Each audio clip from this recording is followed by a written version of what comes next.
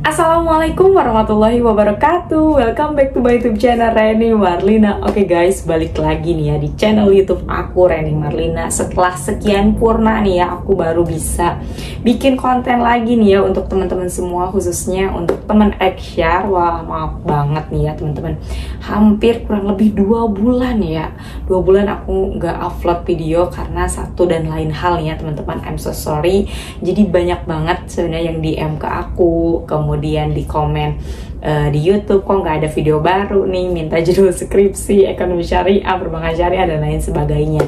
Jadi mohon maaf banget buat teman-teman Eksyar semua, dan untuk teman-teman subscriberku yang masih stay itu nih ya, Masya Allah, Tabarakallah, aku ucapkan terima kasih banyak.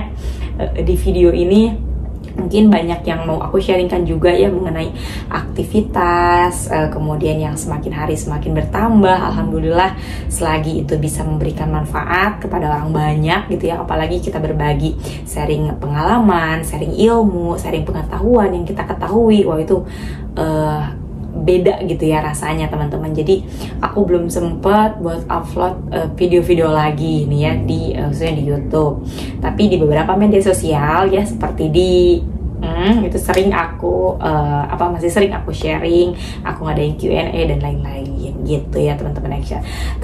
Video terakhir yang sempat aku sharingkan itu, aku kalau nggak salah aku bahas mengenai zakat ya teman-teman.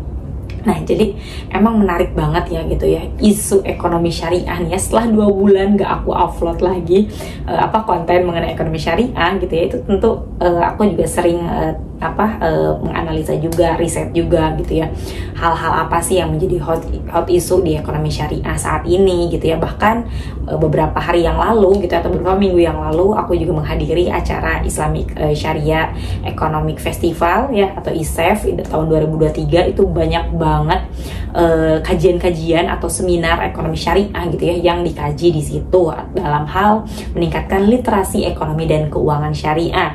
Salah satunya adalah mengenai industri halal gitu ya, sertifikasi halal gitu ya, mengenai outlook perbankan syariah tahun 2024, apalagi menghadapi pemilu saat ini, bagaimana dampaknya bagi perkembangan ekonomi dan keuangan syariah. Tentu banyak regulasi baru gitu ya, atau kebijakan baru untuk meningkatkan literasi ekonomi dan keuangan syariah. Nah, di video kali ini mungkin aku nggak terlalu banyak panjang lebar, karena dari beberapa materi yang sempat aku sharingkan gitu ya, ada satu materi yang mungkin jarang aku bahas gitu ya teman-teman. Salah satunya adalah mengenai industri keuangan non-bank syariah, yaitu asuransi syariah. Dana pensiun syariah, di video-video aku sebelumnya itu aku sering banget bahas mengenai DPLK syariah, dana pensiun syariah gitu ya. Nah, di video kali ini aku sedikit membahas mengenai asuransi gitu ya. Mungkin kalau berbicara asuransi, emang ada ya yang syariah. Nah, ini ada ya teman-teman ya, di industri ekonomi syariah itu ada yang namanya asuransi syariah. Hal ini sudah terjamin halal dan sesuai dengan prinsip-prinsip syariah tentunya ya, berbeda dengan asuransi yang sifatnya konvensional.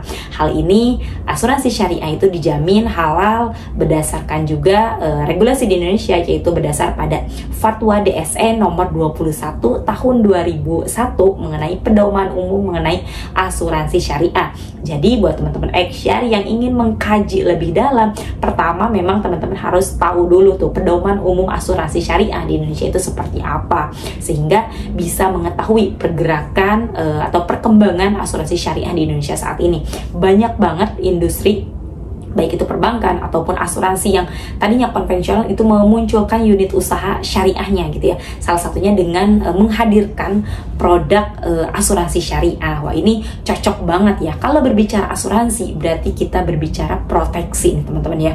Pemeliharaan, baik itu asuransi jiwa, asuransi pendidikan, asuransi umroh dan haji, asuransi perencanaan lainnya gitu ya, yang harus diproteksi nih sejak dini. Adapun urgensi daripada asuransi khususnya syariah nih ya, buat teman-teman yang pertama gitu ya, khususnya teman Aisyah nih ya, yang pengen mencari asuransi, yang pengennya yang syariah, tentunya ada gitu ya, yaitu asuransi syariah gitu ya. Banyak banget bank umum ataupun bank umum syariah atau asuransi yang menghadirkan produk asuransi syariah gitu ya teman-teman. Nah, ini bisa jadikan pilihannya. Pertama, urgensinya adalah tentunya sesuai dengan prinsip syariah. Dalam asuransi syariah itu terdapat yang namanya akad tabaru ataupun tolong menolong, yang mana hal ini tidak ada di dalam asuransi konvensional. Tabaru di sini adalah tolong menolong antar peserta apabila ada peserta gitu ya yang memang mengalami ataupun terjadi resiko. Jadi gotong royong. Jadi insya Allah dana teman-teman yang sudah diproteksi itu tidak akan hilang. Tapi tadi ya, dengan adanya akad tabaru ini ada sifatnya tolong menolong atau saling membantu antara peserta. Kemudian kedua, tentunya nih ya, urgensi daripada asuransi syariah ini terbebas daripada riba, seperti halnya tadi sesuai dengan fatwa DSN nomor 21 tahun 2001 tentang pedoman umum syariah, bahwasannya dalam asuransi syariah itu tidak ada riba, tidak ada bunga gitu, karena pada saat investasi, kemudian mekanisme itu harus sudah sesuai dengan prinsip-prinsip syariah, sehingga pada saat si wadah asuransi ini ingin menginvestasikan dana kita gitu ya, itu harus kepada manajer investasi ataupun kepada sektor-sektor yang syariah dan halal juga. Jadi tidak diperkenankan untuk berinvestasi di yang sektor konvensional, sektor yang sifatnya tidak diperkenankan dalam Islam gitu ya teman-teman. Kemudian ketiga ya, urgensi daripada hadirnya asuransi syariah ini yaitu mengenai transparansi ya. Seperti tadi dari sisi investasi itu harus transparansi gitu ya kepada peserta gitu ya, bahwasanya dana yang kita yang kita tempatkan di asuransi itu harus ditempatkan di yang sudah sesuai dengan prinsip-prinsip syariah juga. Jadi ada keterbukaan antara nasabah ataupun peserta dengan pihak asuransinya.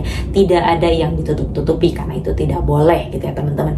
Maka dari itu urgensi daripada asuransi syariah ini adanya transparansi, baik itu pengelolaan, laporan keuangan, kemudian dari sisi investasinya kemana nih dana kita gitu ya. Jadi jangan berpikiran bahwasannya asuransi syariah ini dananya akan hilang, dananya akan hangus. Enggak teman-teman ya.